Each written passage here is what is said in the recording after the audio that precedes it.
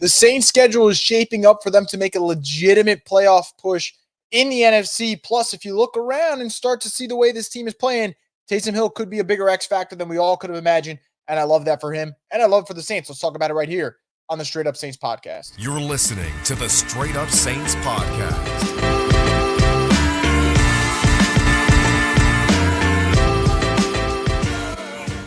What is up, Who Dat Nation? Welcome back inside a Victory Monday edition of the Straight Up Saints podcast. I'm your host, Chris Vogel, and as always, this program is brought to you by Scott McNair.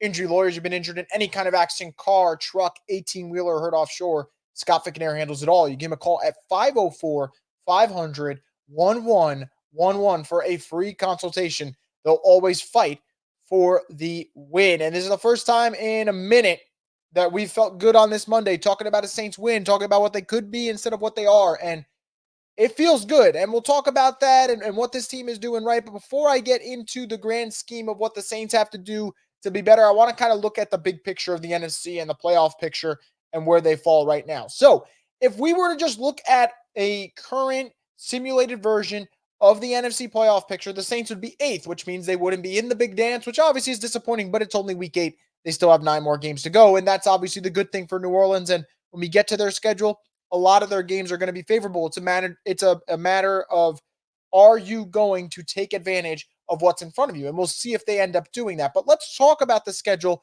paired with the fact that they are in 8th place at the moment and technically record-wise tied with the Falcons for the top spot in the NFC South. So let's talk about the schedule. The Saints, next Sunday, they play the Chicago Bears at home. May not have Justin Fields. Now, if it is Bagent, I watched the Sunday night game. I was probably one of the few people that actually sat there and watched every snap of that Sunday night game. Bears-Chargers, miserable game. Shit was over after the first quarter. Yeah, you want Justin Fields to sit another week. And I think the Bears have a short week after, and I think that will probably factor into the decision if Justin Fields is healthy or not, is do you want to play him, start him, and then he's got a game 4 days later? I'm not so sure. So the Bears could potentially rest him for one more game and then play him on Thursday. And that's not me saying it as a Saints fan and wishful thinking. I think that is the realistic thinking for the Bears. So there's a good chance you get them without Justin Fields. And I know a lot of people are going to be worried about a D2 quarterback and potentially lighting up the Saints and want that. But the Chargers' pass defense coming into last night's game was, I think, the worst in the NFL. And they played really well yesterday. They made a lot of game-changing plays. They had a lot of ball-hawking defensive backs there. And Bagent looked overwhelmed, looked overmatched, as he should. He was a D2 quarterback playing in the NFL. So I think Dennis Allen's defense would be able to really thrive there. And then on the offensive side of the football, I know Justin Herbert's a way better quarterback than Derek Carr. It's not a comparison. I think Justin Herbert's one of the best quarterbacks in the game. He was struggling for a couple of weeks, goes into the Chicago game, and it's just touchdown pass after touchdown pass after touchdown pass for him. So I think the Saints on both sides of the ball against the Bears should be able to score. Now, what do you do after that? You play the Vikings. I had that Vikings game chalked up as an L before the season. I had that Vikings game chalked up as an L as of last week. Now, without Kirk Cousins, and I hope he has a speedy and full recovery, it better not be an L. Not it shouldn't. It better not be an L.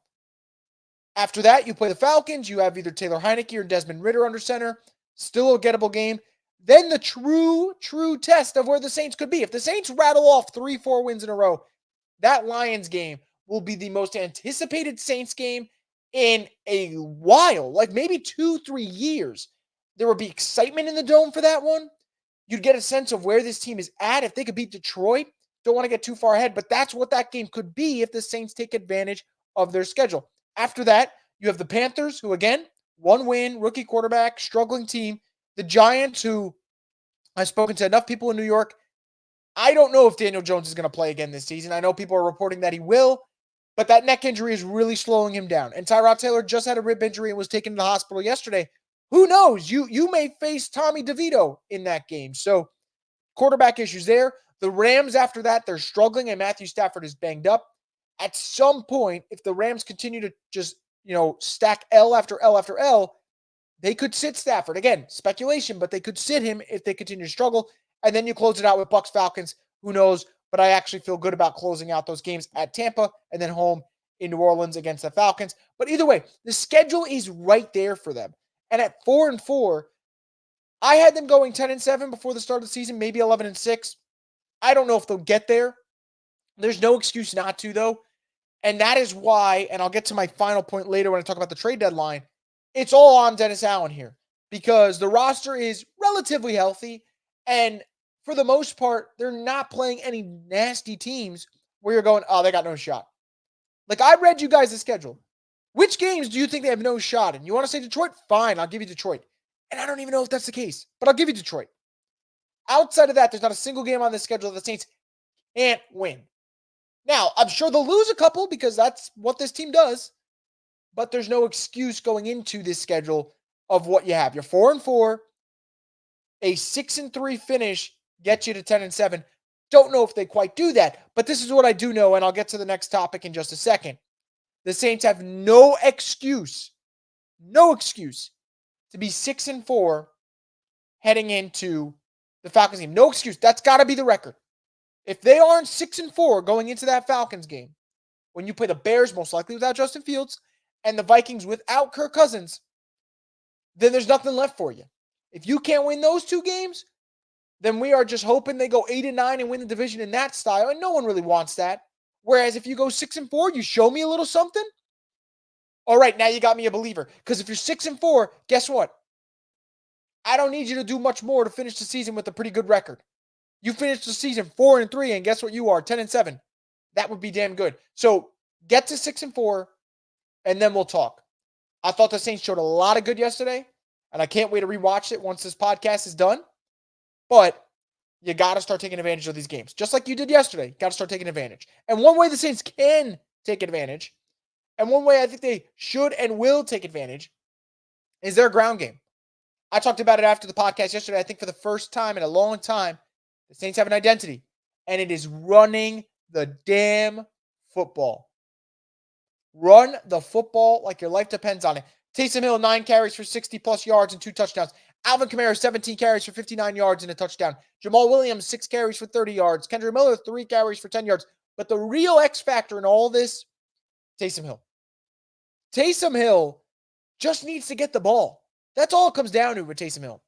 It's not whether it's his week or not. It's whether or not the coaching staff gives him the rock. When Taysom Hill gets 7 carries or more, all time, the Saints are 17-1. 17-1 when this man gets at least 7 carries. All he does is give this offense a boost of energy. All he does is make plays, whether it's as a quarterback, a receiver, a runner, special teams. He makes plays. He's a damn good football player. He deserves everyone's respect. He honestly, as I continue to watch the Saints year after year after year, Taysom Hill continues to become someone who's one of my favorites to watch. And I'm not talking about current. I'm just talking about all time. Like, that's how fun it's been to watch Taysom Hill. Now, it doesn't stop there. Yesterday, Taysom Hill joined Pro Football Hall of Famer Frank Gifford as the only player in NFL history with 25-plus rushing touchdowns, 10-plus passing touchdowns, and 10-plus receiving touchdowns in a career, including the playoffs. That's freaking absurd. That is absurd. And I know people love to make fun of his contract. People love to make fun of the Steve Young comparisons. You can make fun of whatever you want. All I know is that the Saints are a better team when Taysom Hill gets the football. A better team. They win more games. They're far more productive on offense. He gives them an identity. He lets them be a smash-mouth football team. He takes pressure off of Alvin Kamara. He fixes some of their red zone woes. Because honest to God, the last 3 games, the Saints have been moving the football extremely well. 400-plus yards of offense in 3 straight games. At some point, that's who they're becoming, for better or worse, and that's a good thing. But they struggle in the red zone. We know they struggle in the red zone, but you know who doesn't struggle in the red zone? Taysom Hill. And utilizing Taysom gives the Saints an added element. He gives you something to prepare for. And not everyone's going to have the tush push like Philly. But man, Colin Saunders being the lead blocker for Taysom Hill on QB power, fuck yeah, that is good. And it is working for the Saints. So I think that a combo of Taysom and Alvin Kamara will be lethal for the Saints moving forward. And also, if they're going to be a playoff caliber team, you need to have a calling card. This is their calling card. You're paying Taysom Hill. I don't know how many more years the Saints have of Taysom Hill being great. I really don't, because he is in his 30s. He has suffered a lot of injuries before. And I'm not saying ride him until the wheels fall off, but man, don't be afraid to give him 9 carries a game. Because right now he's doing it, and right now defenses have no chance of slowing him down. So yeah, I think Taysom Hill is the X factor for the Saints. I think he's been the X factor, but now I think they're finally embracing the fact that as a runner, as a receiver, this man makes plays, and they're a better football team when he's on the field, and it doesn't seem like it's a problem for anyone off the field. There's good energy with Taysom. And I think that this man will absolutely help them, and he's going to solve one of your biggest problems, scoring in the red zone.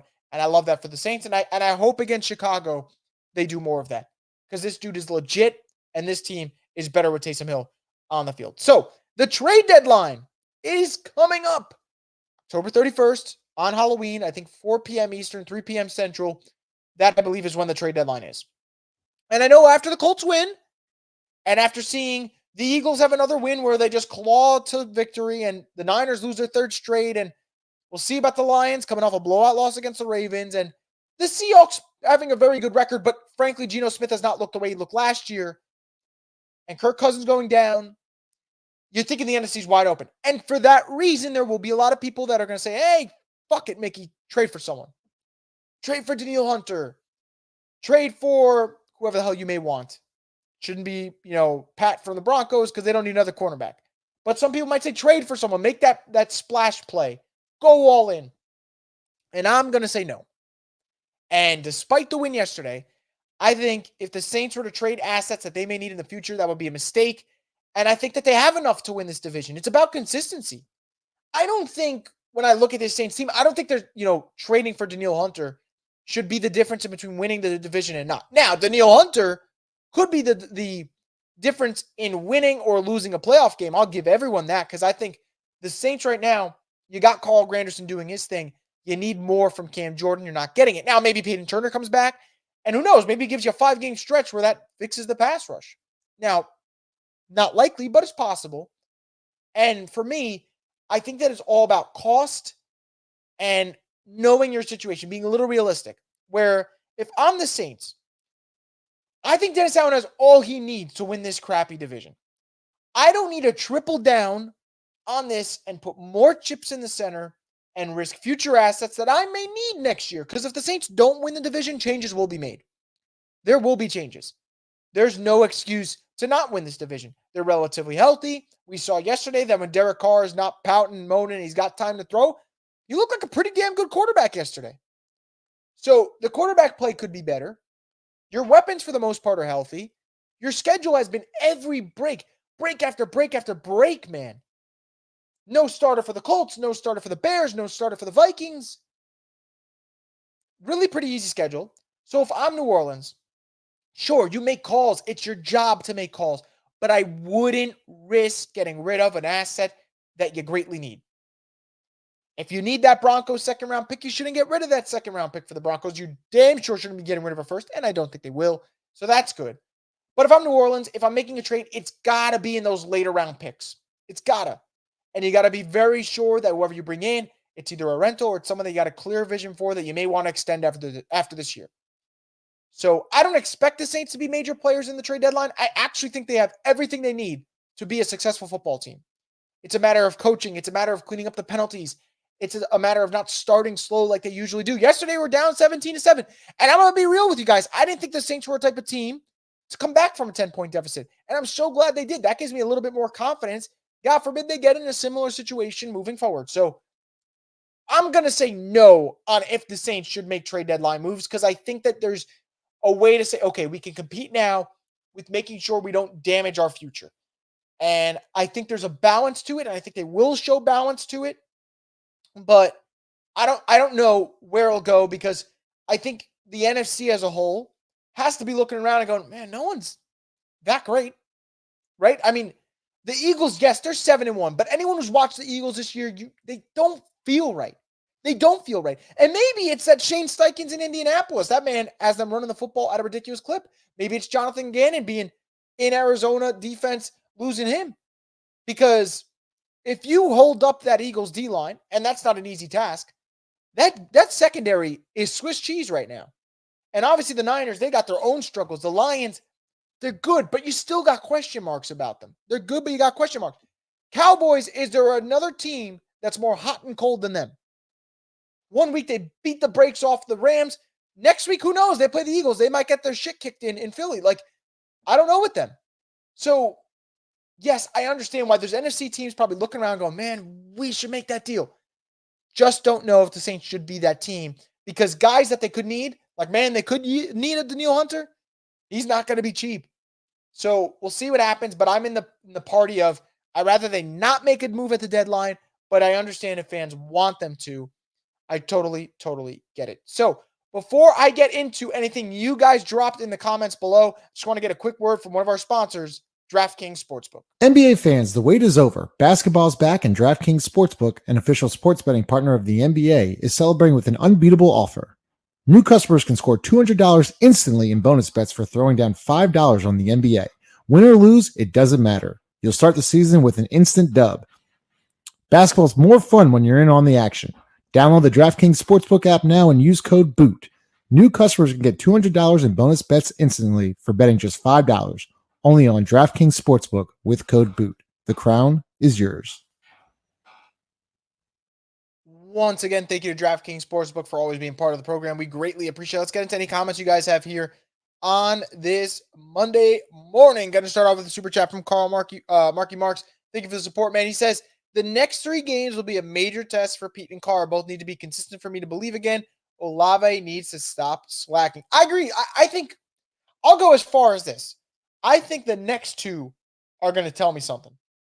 Because I think in Atlanta, the Saints usually play in Atlanta pretty well. I think that could be a defensive game anyway. Take advantage. Beat the Bears. Beat the Vikings. Be consistent. Put those games away. Don't make us stress until the final drive. And then I'll start to have a little belief. But I think there's almost a balance to it. It's like accepting what they did yesterday was really good and knowing that they can be capable of doing that, but you got to do it consistently. So I totally agree with you.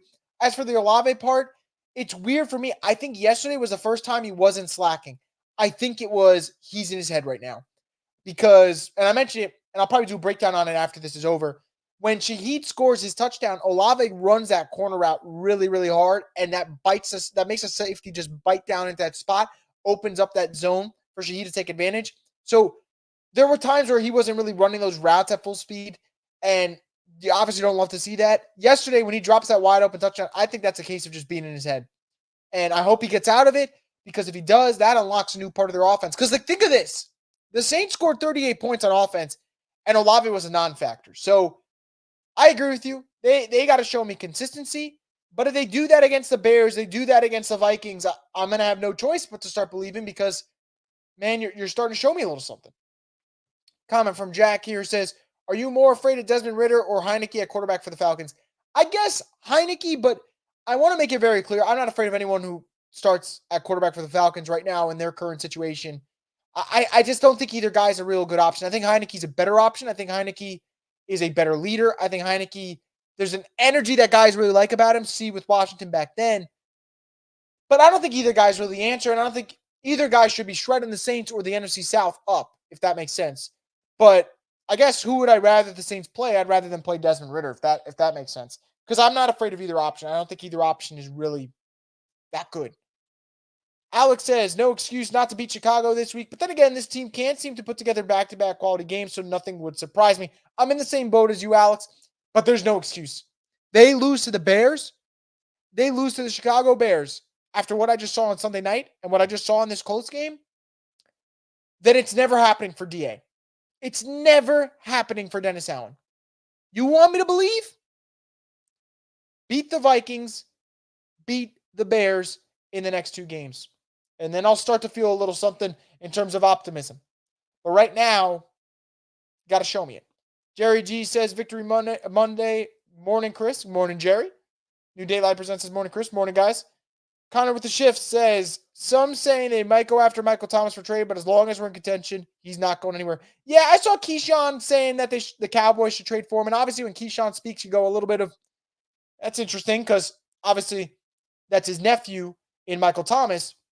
But the Saints aren't trading Michael Thomas. He's a leader to them. Before that game, Michael Thomas talked about that game possibly being the turning point and things of that nature. So we'll see. I think that New Orleans absolutely will keep him. I don't expect them to be sellers at the deadline. I don't think they should be sellers at the deadline. And they won't. So I'm not really worried about that. And I don't think there'll be a Michael Thomas trade. Alex says O-line feels like the most obvious need, but the same can be said for 3/4 of the league. There's going to be a ton of competition in that regard. Yeah, I would love for the Saints to get an offensive lineman, but everyone's struggling on the O-line, and I agree with you, Alex. That it just won't happen.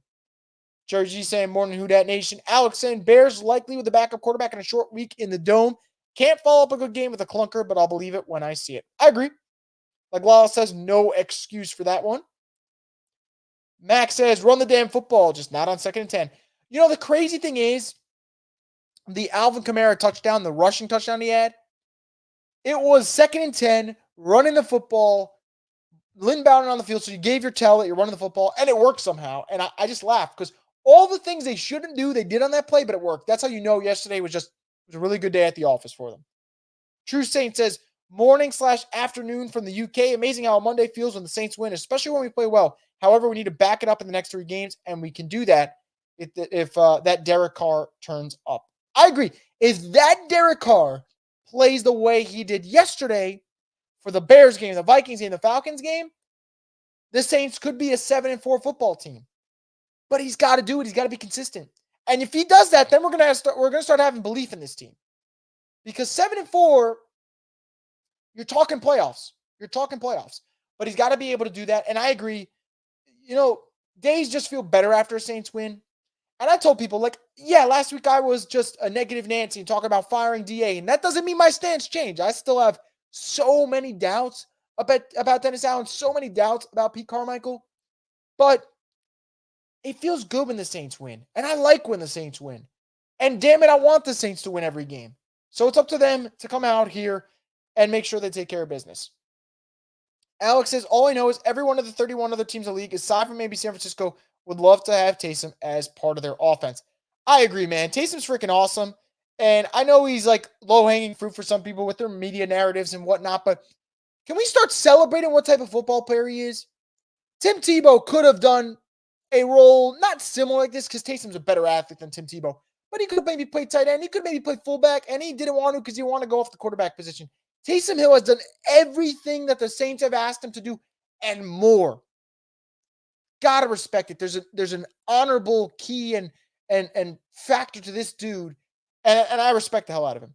Jerry G says thoughts on Colin Saunders at fullback. I love it. A, shows Pete Carmichael's creative. B, it is unstoppable at the moment. And C, the team is having fun when that happens. And I like that. And wins like yesterday, that just like kind of rejuvenates your locker room. And you see it. I don't know if you guys heard Alvin talking about Colin Saunders, but I love hearing stuff like that. Daryl says, we always try to meet QBs and their strength. That's not success for the Saints. Saints have their own style. It works yesterday. We saw Saints football. I agree. I thought that was what I want the Saints to be. Run the football well. Let Derek Carr build off of that with the play action pass and things of that nature. And be a complimentary football team. And honestly, that second half of the Indianapolis game was the most we've seen of this Saints team in terms of everything working. You know, because the Patriots game's an outlier. The Patriots played like crap. You don't get a lot out of that game. The Colts played well. And the Saints still beat them by 11 on the road. That is, to me, that was the best win of the Saints season so far. New Daylight Presents says, do you think we found an organic offense that will evolve or just duct tape stuff with extra QB power that will be ready by everyone? That will be read by everyone before the playoffs. I think it'd be in the middle. You know, I think it could be in the middle because I think what the Saints did yesterday is sustainable if they run this offense the same way. I think QB power has worked really well. I think Derek Carr did things yesterday that weren't a fluke. They're things that we've seen Derek Carr do in his career. And by the way, that was his best game as a Saints QB. And I think he could do more of that. That's why I always tell people I am frustrated with the way Derek Carr has played this year. But I also think there's still a good quarterback in there. You got to find a way to get him out. And they did yesterday, and I don't know if he'll continue. But damn, I hope they do because, man, he was damn good. Alvin Kamara Texas route could never be stopped, even since Darren Sproles. Pete needs to keep that bag, the one that says Saints Red Zone from 2011, 2012, and so on. Love those 2 comments, man. I totally agree. Especially the Texas route concept, man. You want to fix the red zone, get the ball to Alvin, get the ball to Taysom, let them do the things. They did that yesterday perfectly. Alex says you can see this running game starting to open up things with the play action pass for Carr. Shaheed can beat DBs even when they know it's a pass, but when they have to respect the run game, it's not fair. I agree, man. It opens so much more for this team. And like I said, they did well on offense yesterday, and Olave wasn't a huge factor. If Olave starts to get back on track and we see things that we saw week 1, week 2, week 3, here we go, man. Adam says, yes, and giving DA more assets for future picks dives in the chance to look better, and those lost picks make it worse for potential future head coach. Yeah, I think the Saints have what they need right now to win this division. You don't got to triple down, because what if they don't win the division? Then you got rid of future assets, and you're probably going, man, we got to get rid of our head coach. So you could play the fence. They could make a move. Just don't make one where you give up a first, second, or third round pick. And you can also say, hey, it's okay to like what we have. Because if you don't make a trade, you go into the locker room saying, I didn't make a trade because I'm doubling down on the roster we have right now. I love what we got right now, and we could win this division. I think they can, but I don't want them to give up future assets, just in case. Daryl DeWright says, Derek Carr needs to play Saints football, not Saints play Derek Carr football. I agree. I think that Derek Carr should be a complementary piece to the Saints. He should not be the main course for them. The main course will always be the defense. But now, can you complement that main course of the defense with a run game and then let Derek Carr be that complementary piece? That is a dangerous Saints team. I don't know if they can consistently do that, but that will be a dangerous Saints team. Jerry G says, absolutely no trades. I'm with you, Jerry. I'm with you. New Daylight Presents says, Chris, go through our last 10 games quickly and tell us what's your win and loss you see. Okay, let's go through it. I will go Bears. They better beat the Bears and they better beat the Vikings. Those are non-negotiables for me. If they lose either one of those games, I am not feeling good about this team. So you got to beat the Bears, got to beat the Vikings for me. Falcons, I'm going to be honest. I think the Saints will beat the Falcons. And maybe I'm being ridiculous right now saying the Saints are going to win 3 in a row, but they should. Lions, going to give them a loss. That gives them 7-5 right now. Panthers at home. I don't know. I think I'm going to go Saints, but it might be Panthers. Giants. I think they could beat the Giants. Also could see them losing. Let's give them one of the loss between Panthers and Saints. So that puts them at 8-6 with 3 games to go. Rams might be an L. Bucks on the road. I feel very good about that one being a win, in my opinion. They played very well in Tampa.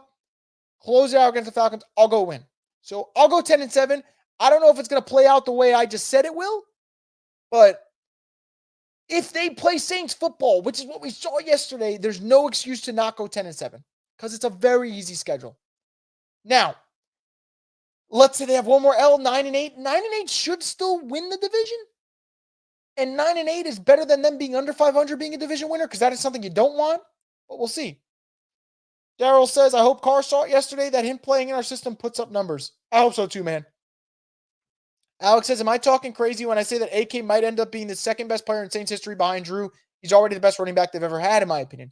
I don't know. I don't know if people will agree with that per se, because I know you're going to get into, I guess, territory where I don't know if people want to talk about that, because obviously guys like Ricky Jackson are going to be in the mix, guys like Sam Mills, even greats like Jari Evans and guys like that. But Alvin has been so special to this team that I can't knock an opinion like that at all. DJ says, if we're being honest, the Saints have never been a team that has made big moves at trade deadline. Don't expect anything but a pass rusher would be nice if they do. I agree. That's the spot where they would need to address if they go for something, and I don't know if they will. Adam says, one thing is for sure, AK in space is excellent, and kudos to all for ball security. I agree. The one fumble they had was Derek Carr in the pocket, stepping up, gets hit, loses the football, then you go down 17-7. And the fact that after that, clean game, love to see that. Wesley says, do you think Arthur Smith will make a trade for Ryan Tannehill? I think that's interesting. I think that that's something they consider. Because if you're the Titans, it is Will Levis the rest of the season. For better or worse, you are not playing anyone else at QB.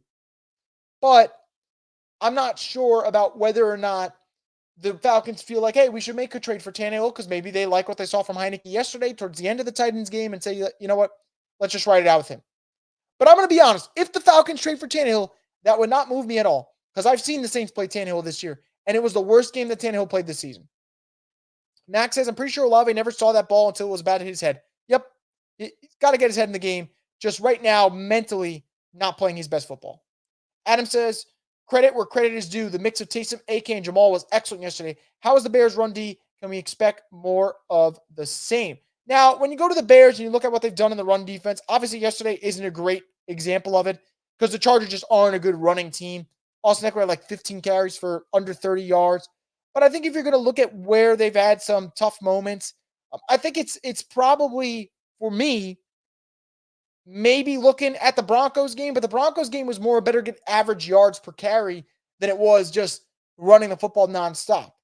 And I think the Bears, the one thing they've done pretty well is stop the run the last couple of weeks. But whether it's Josh Jacobs not having good stats, whether it's Eckler not having good stats, whether like I said before, who's it that just mentioned, with the Vikings, Alexander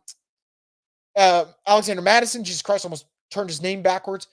He didn't have a good game against them. So I don't think this Bears run defense is a joke at all. I think it's a legit run defense. But what I will say, though, is the Bears the last couple of weeks have played teams that aren't going to be committed to the run the way I think the Saints will be. The Vikings don't have good running backs, not committed to the run. Now they will be without Kirk, but they weren't beforehand. Chargers are all about slinging the football, getting it out wide to Eckler, getting it out wide to Keenan Allen, getting it out wide to Johnson. They got wide receivers and tight end talent and running back talent, but they're not a good running team. They want to throw the football.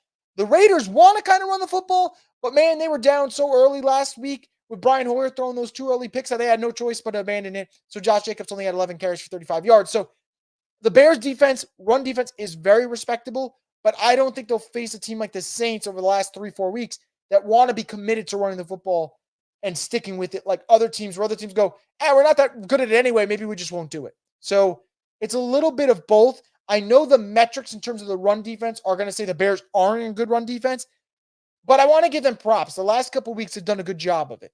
Now, I think the Saints are still going to go for 100 plus on them because this team is committed to the run, but I got to give the Bears props for what they've done the last couple of days. Jerry says, Chris, I enjoyed the interview Thursday with John O'Barnes. It was fun. Man, I love John. John's freaking just, I want to say a clown, but that comes off harsh. But man, he is so damn good at what he does. And it's authentic. The dude is passionate as hell. And he knows his football. Like the two of us were both talking about Colts losing to the Saints. We had the Saints winning on Sunday. And it's easy for us to crack jokes and maybe make fun of DA and be like, they're going to lose again. Like we said, they're going to win. So there's a little bit of fairness into it. But man, I love Jono. He's awesome. Wesley says it looked kind of iffy early, but this performance is what I was expecting coming into this year. So let's hope they can build on this or at least maintain this level of production. I agree. Adam says, pound the rock, keep the run game momentum going, take pressure off Carr, and win with the mix of carries. It is sustainable. I agree. I think this is sustainable for sure. There's no doubt about it. Now, before I get into more comments, guys, I want to get in another word from one of our sponsors, Crystal. I need to clear something up about New Orleans. While our culinary scene might be on fire, our food has never been about heat. It's always been about flavor. And this is how New Orleans does flavor.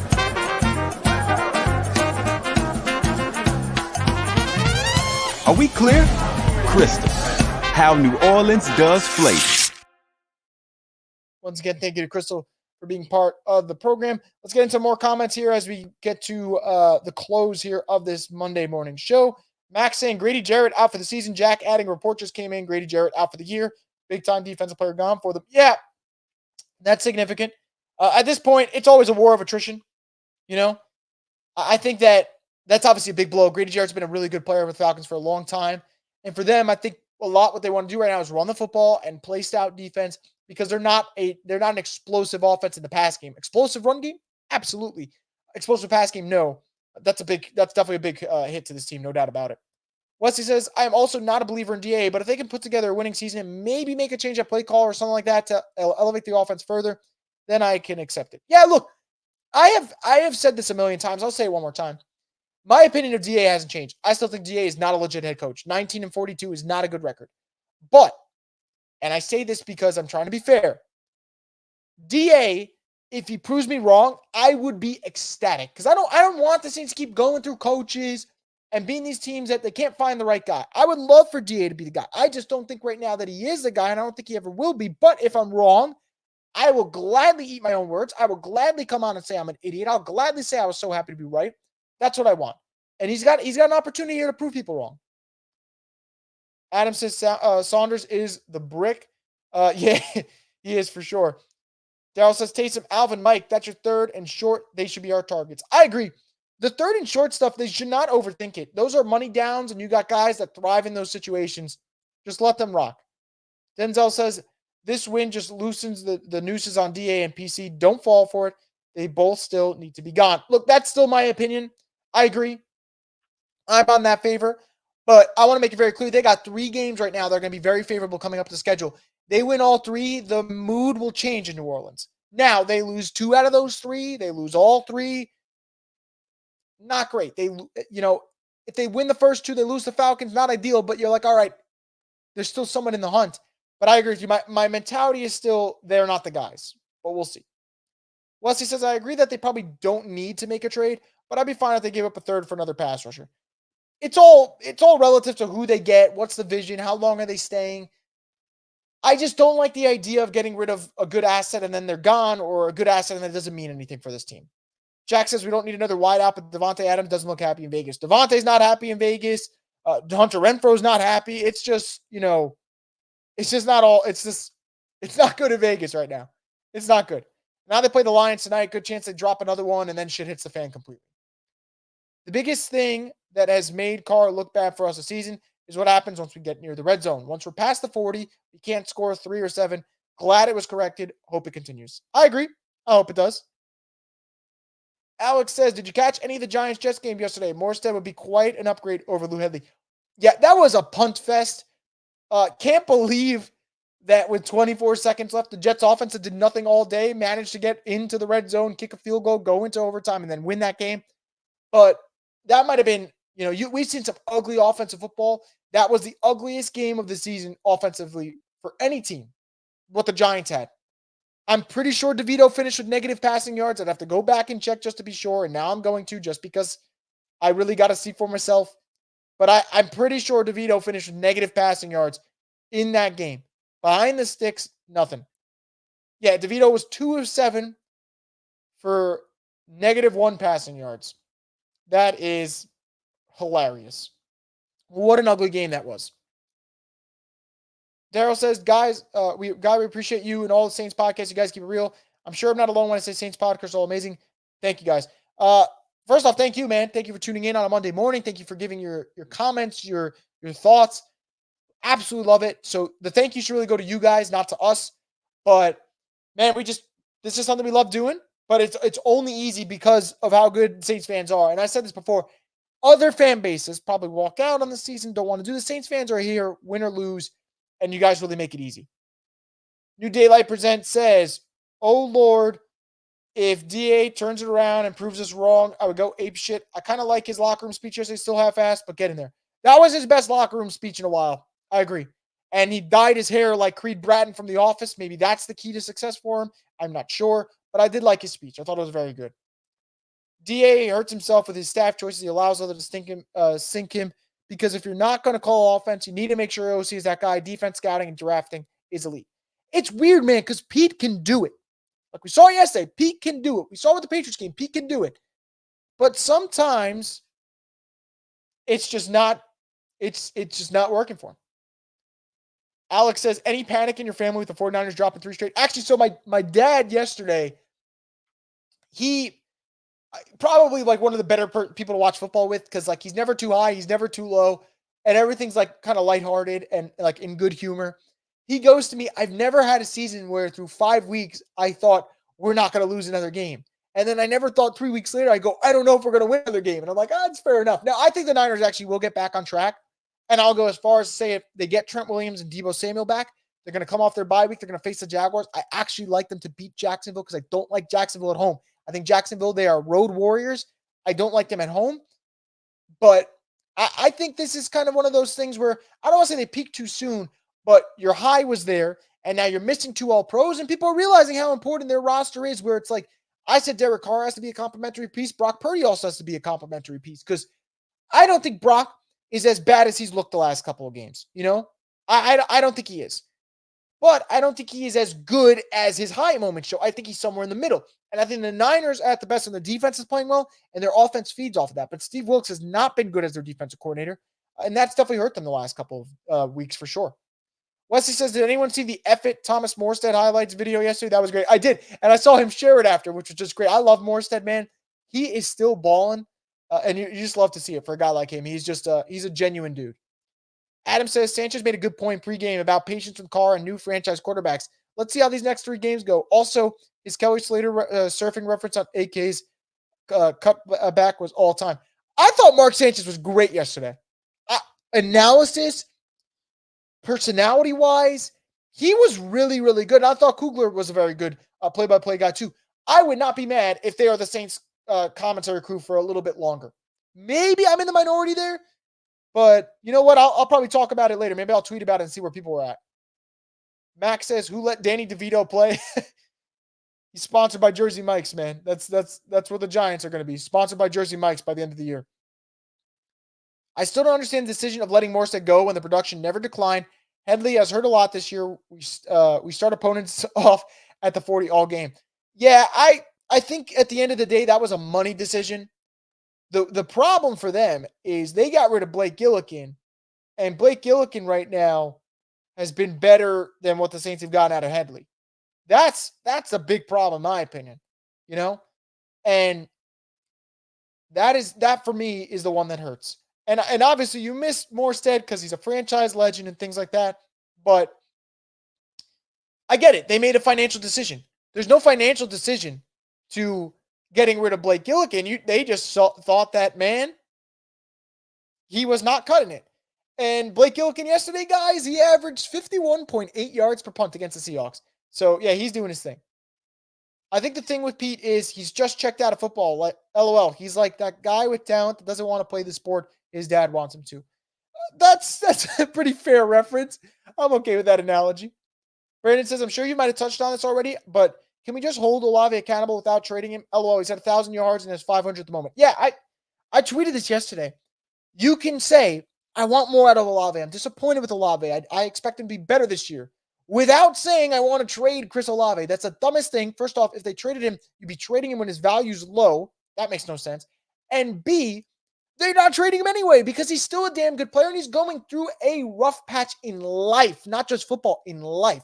A little bit of frustration, a little bit of, obviously off-field issues with the arrest on that Monday. Let's let him work through it before we make assumptions. And I think that for him, he will get through it. And I said yesterday, the one thing the Saints did that I loved was he drops an open touchdown pass. And the very next drive, the first pass, right to Chris Olave. Like, I think that he will turn it around. Who knows? Maybe next week's the week for him to turn around against the Bears. I'm not giving up on Chris Olave. The biggest upgrade of the offense outside of play calling has been the O-line. We've been scoring more. We've been scoring, moving the ball a lot better the past few weeks due to them. So shout out. Also says a lot about Penning. I agree, man. Pete has been better at left tackle than Penning's been at any point this year.